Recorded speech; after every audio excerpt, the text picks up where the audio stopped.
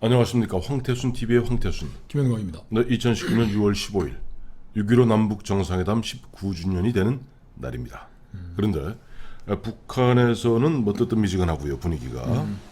며칠 전이죠. 이호 여사 돌아가고 난 다음에 김여정이 보면 딱 북한 곳까지만 조화를 갖고 와서 받아가라. 정용 안보 진짜 헐레벌떡 갔습니다만 별 얘기 들은 거 없어요. 자, 그런 가운데 지금 문재인 대통령이 요즘 노래 솜씨가 대단히 늘어난 것 같습니다. 세레나드를 끊임없이 불러요. 사랑의 구애. 사랑의 구애죠. 자, 우리는 만나야 돼. 우리 만남은 우연이 아니야. 반드시 만나야 돼. 김정은을 향해서 그야말로 만나자고 애걸복걸하고 있는데 김정은 노래 또한 괜찮습니다. 노래는 뭐 김정은 노래. 희망상 그건 네 생각이고, 그건 네 생각이고. 네 생각이고, 그건 네 생각이고. 상황이 이렇습니다. 지금 문재인 대통령이 이제 스스로 네. 군부를 떼고 있어요. 네. 문정인, 정세현, 네. 이정석 다 조용히 있고 네. 이제 구라파 돌아다니면서 북유럽. 이제 군부를 떼고 있는 네. 노르웨이 가가지고 네. 6월 13일이죠. 네. 어제 그전에. 그잖아요. 그제 네. 가가지고 김정은이 그 트럼프 대통령이 보낸 친서에 흥미로운 대목이 있다라고 이제 그 무슨 저 어설픈 저 리크하듯이 공무원이 리크하듯이 했는데 무슨 첫째 의문이 제기된 거는 네. 아니 그럼 김정은이의 친서를 서훈 국정원장이 받아가지고 미국에 준 것이냐 네. 이런 식으로 이제 취재해서 들어가고 하니까 네. 청와대 당국자 말이 그냥 우왕좌왕 본 것 같기도 하고 그 말이 아니고 하다가 결국 얘기는 친서는 미국이 받았고 미국이 얘기를 좀 해준 걸 대통령이 그렇게 얘기를 한 것이다라고 네. 정리가 되었습니다. 그게 친서 소동입니다. 그러면서 그 6월 남북회담 가능하다 예. 얘기를 했는데 이거는 이제 계속 문정인 씨도 이제 약을 팔아왔던 거죠. 네, 그렇습니다. 5월달에 트럼프 대통령이 일본 국빈 방문하고 6월 28, 29, G20에 올 때 네. 평양이든 판문점이든. 서울이든 판문점이든 정은이하고 좀 만남을 하고 하면 교착 상태가 해소되지 않겠느냐고 했는데 대통령이 지금 2주일 남겨두고서 지금 그 트럼프하고 만나기 전에 네. 김정은이하고 나하고 만나야 한다. 우리는 만나야만 해. 우리는 만나야만 해. 제가 김정은입니다. 왜? 대화로 한반도 평화를 구축한다는 이 한민족의 비원을 해결해야 되지 않겠습니까, 지도자 동지? 내가 오지랖 넓게 굴지 말라고 그랬지. 이 사람이 말이야, 쉴 데 없이. 지금 6월 남북 정상회담 예. 문재인, 네. 김정은이 만난다고 지금 문재인 대통령 당사자인 문재인 대통령이 지금 거품을 피우고 있는데 네. 이건 거의 불가능할 것 같습니다. 근데 미국의 입장은 분명하잖아요. 북한에 대해서. 지금 보면 앞서도 말씀하셨습니다만 트럼프는 그야말로 사실 김정은을 조롱하듯이 얘기했어요. 6.12 싱가포르 회담 1주년의 즈음에서 김정은이가 친서를 보내왔는데 참 보면 따뜻하고 아름다운 편지다. 그리고 그러나 내가 이 내용을 여러분께 보여줄 수는 없다. 라고 하면서 그 다음에 우리는 3차 미북 정상회담 가능성에 대해서 우리 그리 급히 서둘 생각은 없다. 서둘 생각은 없다. 제가 뉴욕에 가 있으면서 네. 뉴요커라는 네. 아주 권위 있는 잡지에 존 볼튼 네. 연구 한글 네, 네. 근거로 해서 존 볼튼의 다음 목표는 네. 김정은 레짐 체인지다 이렇게 이제 말씀을 드렸지 않습니까? 말씀하셨죠. 예. 존 볼튼이 그제죠. 문재인 대통령이 친서 얘기하면서 네네. 약팔 때 예. 월스트리트 저널하고 예. 인터뷰를 하면서 네. 우리는 네. 지금 중요한 것은 미국과 북한이 만나는 게 아니다. 비핵화에 대한 북한의 전략적 결단이 우선돼야 되는 것이지. 네. 그게 없이 만나는 건 의미가 없다. 비핵화에 대한 전략적 결단이라는 것은 우리가 하노이에서 보여줬지 않냐. 북한에 가지고 있는 핵과 핵무기를 완전 제거한다는 로드맵을 제시를 해야 되고 네. 그리고 그 전에 될 때 북한에 있는 핵무기 네. 수소탄이든 원자탄이든 다 그거는 우리한테 내서 우리가 테네시주에 있는 오클리지 기지로 갖고 가겠다고 했으니까 네. 그걸 하겠다는 확고한 결심이 서면 네. 와라 그렇게 얘기를 했고 네. 문재인 대통령이 미국과 북한의 대화 동력이 살아났다고 했던 그 친서 자기가 보지도 않은 걸 또 본 것처럼 얘기했던 그 친서를 CNN이 봤나 봐요. 예. CNN이 봤는데 CNN은 흘렸겠죠. 저 백악관 쪽에서. 불튼이나 누가 줬겠죠. CNN 다 보라고. 슬그머니. 이란이 일본 유조선 붙어 있는 불발 길에 제거하는 뭐 동영상까지 CNN에 뭐 주고 하는 상황이니까 그러니까, 뭐 친서 안 보여줄 일도 없는 거죠. 네. 보여줬는데 CNN 얘기는 별 볼 일 없는 내용이다.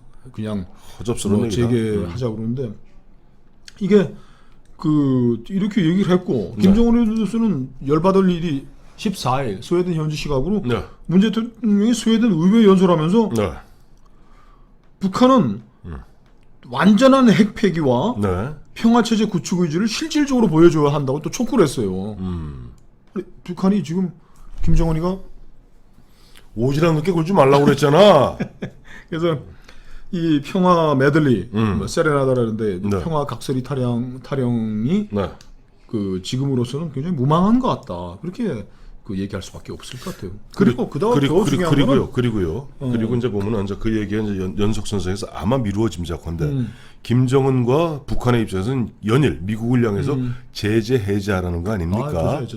제재 해제에 대해서는 얼마 전이죠. 그 이번에 싱가포르 샹그릴라 회담에 참석하기 위해서 우리나라를 들러갔던 셰너헌 미 국방부 장관 대행이 사실상 문재인 대통령께 무엇인가를 전달했을 것이라는 걸 짐작해 하는 것이 사실 중국 국방부 장관하고 만났을 때 나왔죠. 그렇죠. 나왔죠. 뭡니까?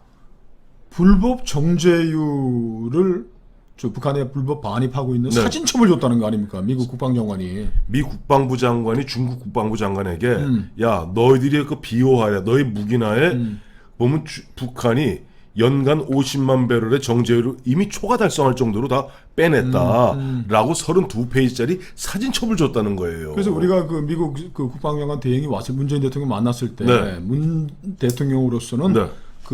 끝나고 나서 브리핑할 때 네. 우리 남쪽에 북한에 대한 인도적 쌀 지원을 네. 미국이 용인했다라는 한 줄 끼려고 뭐 뭐를 다 했을 텐데 그렇죠. 그게 없었잖아요. 네. 그래서 우리 둘이 그랬지 않습니까? 네. 아마 미국이 뭔가를 불법 정제유 환적에 관해서 너희 자식들아 이거 지금 유엔 안보리 대북 제재 빵꾸 내고 지금 배신 한미 동맹을 배신하고 있다고 아마 멱살을 확 눌렀을 거다 그렇게 했는데 그걸 미루어 짐작할 수 있는 일이 네. 이번에 샹그릴라 회담에서 네. 있었고 또한 보면 이번에 보니까 개선공단 문제라던가 금강산 여기에 대해서 우리 또 보면 목을 걸잖아요. 흔한 얘기로 우리 김영광 실장이 쓰기 좋아하는 표현들이 개구멍 좀 파주자. 돈 좀 어떻게 그 파이프라인을 통해서 돈을 좀 올려보내자라는 부분에 대해서 개성공단과 금강산 관광에 대해서는 우리한테 무슨 뭐 프리핸드가 조금이라도 있을 걸로 생각했는데 네. 이건 둘 다 이제 사라져 버린 거죠. 구체적으로 어떤 일이 벌어졌어요? 개성공단 입주자들 예전에 네. 했던 네. 사람들이 미국 의회에 찾아가가지고 그렇죠. 이거 좀 풀어달라고 그랬더니 미국 의회가 네. 이건 못 해준다. 개성공단 웃기는 소리 마라. 이런 소리라고는 안 했겠지만 예. 미안하다 아이고, 할 수 없는 일이다. 그럴 때 우리 흔히 가로 열고 가로 닫고 웃기는 소리 하지 마라.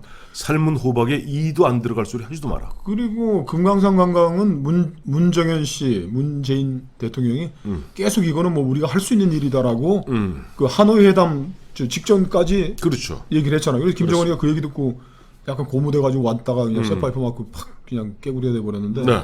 금강산 관광도 유엔에 의한 대북 제재에 위배된다라는 것이 미국의 확고한 입장인 것 같아요.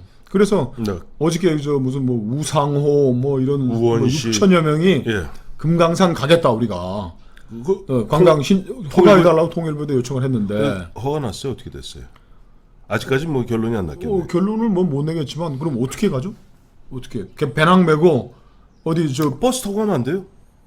버스는 누구 버스를 타고 갑니까? 아니 우리 저 현대버스, 현대상선 버스, 현대 아산 거. 현대아산 거 타고 가면 되지. 현대 아산은 유엔 안보리 제재 위배로 세컨더리 보이콧 받아가지고 해외 장사도 못 할 텐데 그 싣고 가겠습니까? 6천 명이 가면은 도대체 그럼 버스가 한 200대 가야 된다는 얘기네. 그렇죠, 200대 가야죠. 200대 그 뭐 하고 그다음에 돈은 은행 통해서 보내주면 되는 거 아니에요? 어느 은행으로 보내죠? 우리 북한에다 돈 보내주는 은행들 다 망할 텐데. 아니 우리 은행에 보내죠. 우리 은행이 세컨더리 보이콧 맞을 거고 산업은행이 보내 농협에 네? 농협 많잖아. 체이스 아니면 정보하면 미국 뭐 있잖아 그 미국 은행. 그래서 네. 임종석 씨가 뭐 북한 방송들 그 뭐 지적 소유권 네. 뭐 받아주는 일을 했다는데 네. 임종석 씨가 예. 좋다 나 목숨 걸고 내가 관광에서 만들어 가지고 네. 입산료 1인당 300불씩 모아가지고 내 북한 갖다 주겠다 그렇게 해서 그 돈을 자기 집에 해놓든지 네. 은행에 넣어놓으면은 미국 정부가 그건 압류할 수 있는 근거가 있습니다. 그 미국 법원이 네. 오토 원비어 가족에게 예. 그 5억 달러, 6천억이죠. 6,500억쯤 되는 돈인데 그거 배상하라고 판결을 내렸어요. 네. 그래서 그 DHL 편으로 네. 미국 북한 평양에 있는 북한 외무성에다 이걸 보냈는데 북한이 거부했죠. 송달을 거부해가지고 안 됐지만은 네. 어디에선가 그 관광 수익을 쌓아놓으면은 은행이든 미국이 그건 압류할 수 있는 권한입니다. 그거 어떻게 가죠? 참 이상한 아저씨네. 네. 두 가지. 첫째, 네. 아니 미국 아무리 재무성이 강하다 한들 대한민국 은행하고 저 우리 민족끼리 저 돈 왔다 갔다 하는데 지들이 무슨 수로 압류를 해? 지금 저 우리나라 대법원 판결을 근거로 해가지고 저 일본 신일본 제철 그 한국 자산도 지금 뭐 압류하는 판에 그걸 못할 거 아, 없습니까? 그랬구나. 둘째, 자 여보세요. 6천 명 우리 보면은 사실 이 황태수 TV에서 한번 저희가 한 두어 달 전에 한번 다뤘던 내용입니다. 우리가 그 당시 북한 우리 저 김영광 실장이 그때 이 비슷한 얘기를 했을 때 그 당시 민주노총, 전교조, 한국노총 이 사람 100만 명만 가지면 북한 숨통 트인다. 그렇죠. 그거 어떻게 가는 줄 아세요? 걸어가면 됩니다. 걸어가면 되죠. DMZ 걸어가면 됩니다. 아, 안 그래? 그것 때문에 보면 DMZ에 보면 저 GP 없애고 얼마 전에 문재인 대통령 그 통문 그 보면 길 걸어갈 수 있게 거기 조금만 틀면 되는 거 아니에요? 걸어가면 되는 거지. DMZ 저 경비 관리를 유엔사가 하고 있기 때문에 그거 열어주는 것도 유엔사가 허가를 해줘야 되는 겁니다. 에이, 우리 민족끼리 살자는데 왜 이렇게 막고 있어? 그리고 네. 지금 인도적 뭐 쌀 지원 문제 네. 이제 하나 남아 있죠. 예, 김정은이가 쌀 받으러 뭐 오고 쌀이 정말 간절히 원하면 오겠는데 네. 그거 주는 것도 그 한계가 굉장히 드러나고 있죠. 이거는 이번에 네. 문 대통령이 뭐 핀란드, 노르웨이, 스웨덴 돌아다니면서 했는데 핀란드 방문한 그날에 네. 핀란드가 20년간 지속되어 온 북한에 대한 인도적 지원을 중단하겠다고 발표를 했습니다. 네. 그리고 문재인 대통령 오기 3일 전에는 그 핀란드 대통령이 우리 저 한국 언론 하나하고 신문하고 네. 해가지고 미국의 CVID를 강력히 지지한다. 저 북한 비핵화 해라. 그리고 북한 비핵화가 이루어지기 전에 네. 선 대북 제재 해제는 안 된다. 이 핀란드, 스웨덴 뭐 이 사람들이 한국이 뭐 사우스가 어딘지 노스가 어딘지도 모르는 거 이런 말을 어떻게 왜 하느냐? 미국 국무가 강력히 이제 요청하기 때문에 해달라고 하기 때문에 하는 겁니다. 네. 한국 대통령이 3일 뒤에 오는데도 불구하고 핀란드 대통령이 네. 저 CVID가 우선이고 CVID 되기 전에 제재하면 안 된다. 우리는 20년 동안 한 북한에 대한 인도적 지원도 끊었다고 그러는 마당에 네. 우리가 지금 800만 달러 뭐 북한이 뭐 식량난 때문에 있다고 보내줬다고 그러는데 한계가 있을 겁니다. 지금 뭐 쌀 옛날에 김대중 정부 때부터 시작했던 쌀 50만 도, 비료 30만 도 수준의 지원 미국이 이건 절대 받아들이지 않는다. 그렇다면 김정은이 왜 오겠냐? 저는 그 꽃다발 봐도 이쁜 여학생이 큰일 날 얘기다. 그래 큰일 얘기죠. 나는 베트남에서 뭐 그 꽃 받았다고 뭐 그랬다고. 아이고 저 보면 저 채널에 김진 기자하고 저 김병민 경희대 저 겸임 교수가 다 작사를 내놨잖아요. 근데 저는 사실은 문재인 대통령이 그야말로 지금 김정은이한테 눈 돌릴 틈이 없습니다. 지금 보면 미국과 중국의 세계 대전이 벌어져 있고요. 그 어떻게 보면 가장 치열한 전장터가 한반도가 되어 있습니다. 우리 황태순 TV에서 한번 다뤘습니다만 화웨이 문제 갖고 뭐라고 그랬어요? 미국은 한국 화웨이 쓰지 마라. 그건 해리스 대사가 얘기했어요. 그렇죠. 지금 해리 대사가 지금 본국 소환당해갖고 또 가 있다고 우리가 했죠. 했지 않습니까? 그 사실대로 드러났지 않습니까? 그랬더니 이번에도 중국의 그 초우고홍인가 주한 중국 대사가 또 SK하고 삼성 관계자들 불러서 너희들 만약에 우리 저 화웨이에 불이익 주면은 공급 중단한다든지 하면은 우린 보복하겠다 얘기했어요. 자, 이런 상태에서 뭐라 그랬습니까? 청와대 관계자는 뭐라고 그랬어요? 자, 우리 그 5G, 5G 그 라인하고 저 군사 통신선하고는 별도기 때문에 별 문제 없다고 얘기했는데 거기 대해서 해리스 대사가 박았어요. 미국에서 우리는 청와대 그런 입장 받아들일 수 없다. 그렇죠. 더 중요한 것은 어제 미 국무성에서 공개적으로 우리 중앙일보의 그 취재에 문서로 답한 게 있습니다. 이게 뭐냐니까 이겁니다. 그러니까 화웨이 그 통신 설비 같은 거 쓴다면 드디어 한국과는 외교 안보와 관련된 정보를 공유하지 않겠다는 거예요.